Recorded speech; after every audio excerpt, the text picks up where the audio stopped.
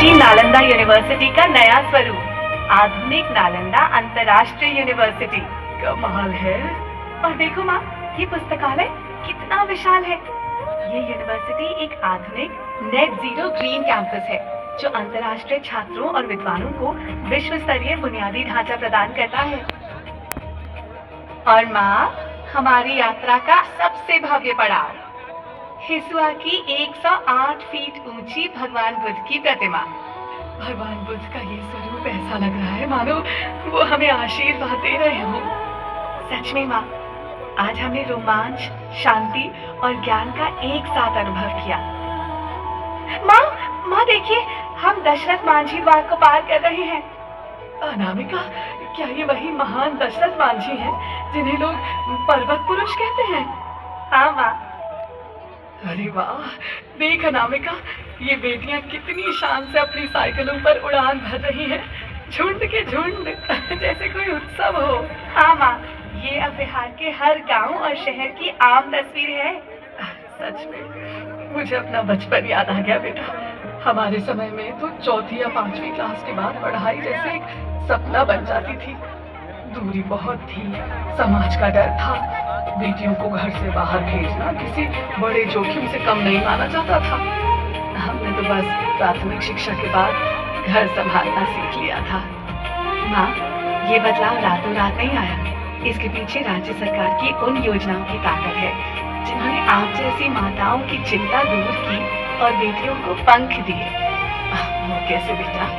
माँ, सबसे बड़ा बदलाव तो मुख्यमंत्री बालिका साइकिल योजना से आया, जिसने बेटियों की राह की दूरी को खत्म कर दिया। और सिर्फ शिक्षा ही नहीं माँ, जन्म से लेकर नौकरी तक सरकार अब बेटियों के साथ खड़ी है। जन्म के समय जननी बाल सुरक्षा योजना और मुख्यमंत्री कन्या सुरक्षा योजना से बेटियों के जन्म को बोझ नहीं, उत्सव बनाया गया। स्कूल से कॉलेज तक सरकार कई तरह के स्कॉलरशिप प्रोग्राम चला रही है ताकि पैसों की कमी आड़े ना आए। और माँ, अब तो बेटियां सिर्फ पढ़ ही नहीं रही बल्कि नेतृत्व भी कर रही हैं। सरकारी नौकरियों में 35% आरक्षण और स्थानीय निकायों यानी पंचायत में 50% महिला आरक्षण ने बिहार की बेटियों को पावर दी है।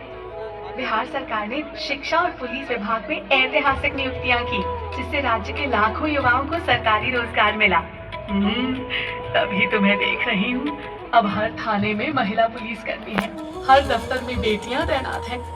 अब समझी कि बिहार की सड़कों पर ये रौनक क्यों बढ़ गई है। जी माँ, अब बिहार की बेटी पढ़ती भी है, बढ़ती भी है और सबसे आगे खड़ी भी रहती है। आज तूने मेरा दिल खुश कर दिया। माँ, चलिए विष्णुपद मंदिर और बोध गया के दर्शन करते हैं। माँ, अब हम उस जगह पर हैं जहाँ पूरी दुनिया को शांति और ज्ञान का संदेश मिला। महाबोधि मंदिर, जहाँ सिद्धार्थ गौतम बुद्ध बने थे। यहाँ की हवा में एक अलग ही तरह की शांति है अनामिका। ये सिर्फ एक मंदिर नहीं, ये बिहार की आत्मा है। दुनिया के कोने कोने से लोग यहाँ शांति की तलाश में आते हैं। बिल्कुल माँ, ये यूनेस्को वर्ल्ड हेरिटेज साइट है। अब यहाँ का रख रखाव और सौंदर्य इतना बढ़ गया है माँ कि हर साल लाखों विदेशी पर्यटक यहाँ आते हैं। ये बिहार के पर्यटन का सबसे बड़ा केंद्र है। अनामिका, ये फल्गु नदी में इतना पानी मैंने तो हमेशा से सूखा ही देखा था। और ये पुल, ये तो बहुत आधुनिक लग रहा है। माँ, यही तो कमाल है। ये भारत का सबसे बड़ा रबर डैम है। मुख्यमंत्री जी के विजन ने फल्गु नदी के सूखे को खत्म कर दिया। अब यहाँ साल भर पानी रहता है ताकि तीर्थयात्रियों को तर्पण और पूजा में कोई दिक्कत ना हो। माँ, ये वैशाली है। दुनिया को लोकतंत्र का पाठ इसी मिट्टी ने पढ़ाया था। यहाँ भगवान बुद्ध के पवित्र अवशेषों को संरक्षित करने के लिए ये स्तूप और पार्क बनाया गया है। अब ये सिर्फ एक ऐतिहासिक जगह नहीं बल्कि एक अंतर्राष्ट्रीय पर्यटन स्थल बन चुका है। माँ, ये है केसरिया स्तूप, विश्व का सबसे ऊंचा बौद्ध स्तूप। ये सदियों पुराना है, लेकिन अब यहाँ पहुँचने के लिए सड़कों की सुविधा और आसपास का विकास देखकर लगता है कि अब हम अपनी विरासत की कद्र करना सीख गए हैं। अरे अनामिका, देख मेरे फोन में से कैसे आवाज आ रही है। ये इंद्र वज्र आपकी चेतावनी है। ये बता रहा है कि अगले 40 मिनट में हमारे इलाके में बिजली गिर सकती है। अब हमें तुरंत किसी पक्के घर के अंदर चले जाना चाहिए। बिहार सरकार ने पूरे प्रदेश में अर्ली वार्निंग सिस्टम लगा दिया है। अब तकनीक मौत को मात दे रही है। ये नारंगी वर्दी वाले लड़के कौन है बेटा? माँ, ये हमारे SDRF यानी स्टेट डिजास्टर रिस्पांस फोर्स के जांबाज सिपाही हैं। पहले जब बाढ़ आती थी ना, तो मदद के लिए हफ्तों इंतजार करना पड़ता था, लेकिन अब ये आपदा के फर्स्ट रिस्पॉन्डर हैं। अत्याधुनिक सैटेलाइट फोन, ड्रोन और तेज रफ्तार बोट्स के साथ ये मिनटों में पहुंच जाते हैं। अनामिका, ये ऊंची इमारत क्या है? यहाँ तो बहुत सारे कमरे बने हैं। माँ, ये आधुनिक बाढ़ आश्रय स्थल है। अब बाढ़ आने पर लोगों को तिरपाल के नीचे नहीं रहना पड़ता। यहाँ शुद्ध पीने का पानी, सामुदायिक रसोई और पशुओं के लिए भी अलग से जगह होती है। पता है माँ, आपदा प्रबंधन के मामले में बिहार अब पूरे देश को रास्ता दिखा रहा है। आपदा जोखिम न्यूनीकरण यानी DRR रोड मैप बनाने वाला बिहार देश का पहला राज्य है। अरे अनामिका, देखो वो भैया पानी के अंदर क्या ढूंढ रहे हैं? माँ, ये मखाना की खेती कर रहे हैं। अब बिहार सरकार मखाना और जैविक खेती यानी ऑर्गेनिक फार्मिंग को बहुत बढ़ावा दे रही है। किसानों को इसके लिए सब्सिडी और नई तकनीक दी जा रही है। अब हमारा गांव सिर्फ अनाज नहीं बल्कि सुपर फूड का हब बन रहा है। ये गांव की सड़क है या शहर की? इतनी साफ सुथरी और पक्की सड़क। माँ, ये मुख्यमंत्री ग्राम संपर्क योजना का असर है। अब हर गांव मुख्य सड़क से जुड़ गया है। और ये सोलर लाइट्स, अब रात में भी गांव जगमगाते रहते हैं। बिजली की बचत भी और सुरक्षा भी। अरे, अब बेटियों को कुएं या तालाब तक दूर नहीं जाना पड़ता, घर के बाहर ही नल लगा है। हाँ माँ, ये हर घर नल का जल योजना है। शुद्ध पीने का पानी अब हर घर की दहलीज पर है। इससे बीमारियां भी कम हुई है माँ, और समय की बचत भी। ये बहनें क्या कर रही हैं अनामिका? कितनी खुश और व्यस्त दिख रही हैं।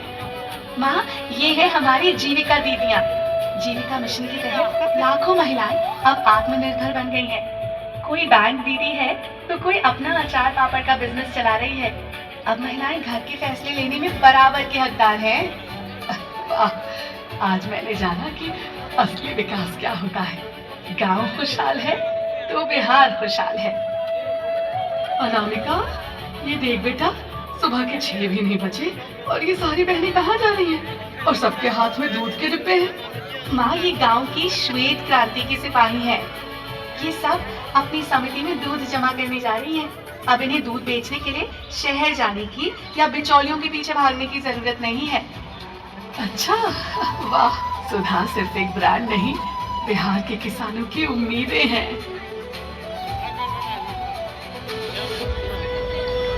अनामिका बेटा, आज जब हम यहाँ शांत बैठकर खाना खा रहे हैं तो मेरी आंखों के सामने पिछले कुछ दिनों की वो सारी तस्वीरें घूम रही हैं। सच कहूँ तो मुझे यकीन ही नहीं हो रहा कि हमारा बिहार इतना बदल गया है।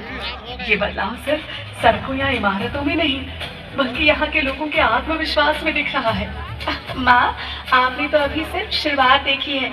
ये जो बदलाव आप देख रही है ना, इसके पीछे 7 निश्चय जैसी दूरगामी योजनाओं का हाथ है। सरकार का लक्ष्य सिर्फ बुनियादी सुविधाएं देना नहीं है बल्कि बिहार को हर क्षेत्र में आत्मनिर्भर बनाना है। माँ, अपनी सड़कों की बात की ना, लेकिन स्वास्थ्य के क्षेत्र में भी कमाल हो रहा है। मधेपुरा का जननायक कर्पूरी ठाकुर मेडिकल कॉलेज देखिए। और सिर्फ यही नहीं, आने वाले समय में बिहार के हर जिले में नए मेडिकल कॉलेज और अस्पताल बनाने की तैयारी चल रही है। अब इलाज के लिए दिल्ली या मुंबई भागने की मजबूरी खत्म हो रही है।